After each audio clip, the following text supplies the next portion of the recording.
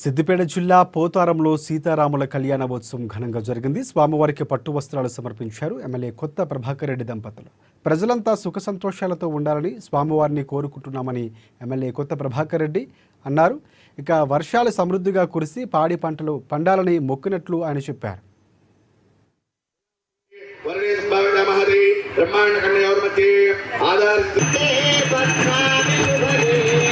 సంతోషంగా ఉండాలని చెప్పి శ్రీరామచంద్రుని కోరుకుంటూ మరి వారి దయ వల్ల మరి అంత మంచిగా జరుగుతుందని చెప్పి ఆశిస్తూ మరి పోయిన సంవత్సరం కూడా మరి గతంలో మా ప్రభుత్వం ఉన్నప్పుడు మరి మల్లన్న సాగర్ ద్వారా వచ్చే నీరు గోదావరి నీళ్ళు మరి మా గ్రామం వరకు రావాలని చెప్పి భగవంతుని కోరుకున్నాం.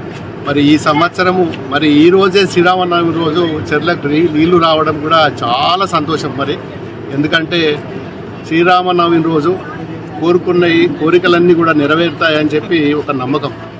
మరి అదేవిధంగా పోయిన శ్రీరామనవమి రోజు మరి గోదావరి పుష్కరాలకు సంబంధించిన గోదావరి నీరు మరి మా ఊరు పాదాల వరకు రావాలని చెప్పి భగవంతుని కోరుకున్నాం.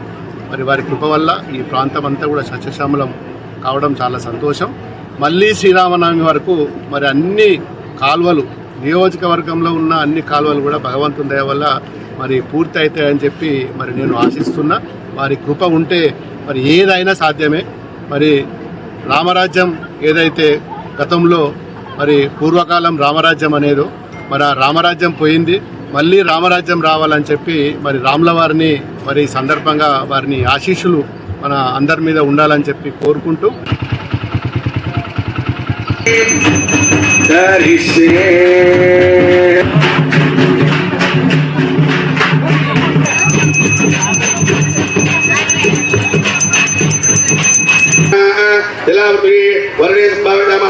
బ్రహ్మాండ కన్యా మధ్య ఆధార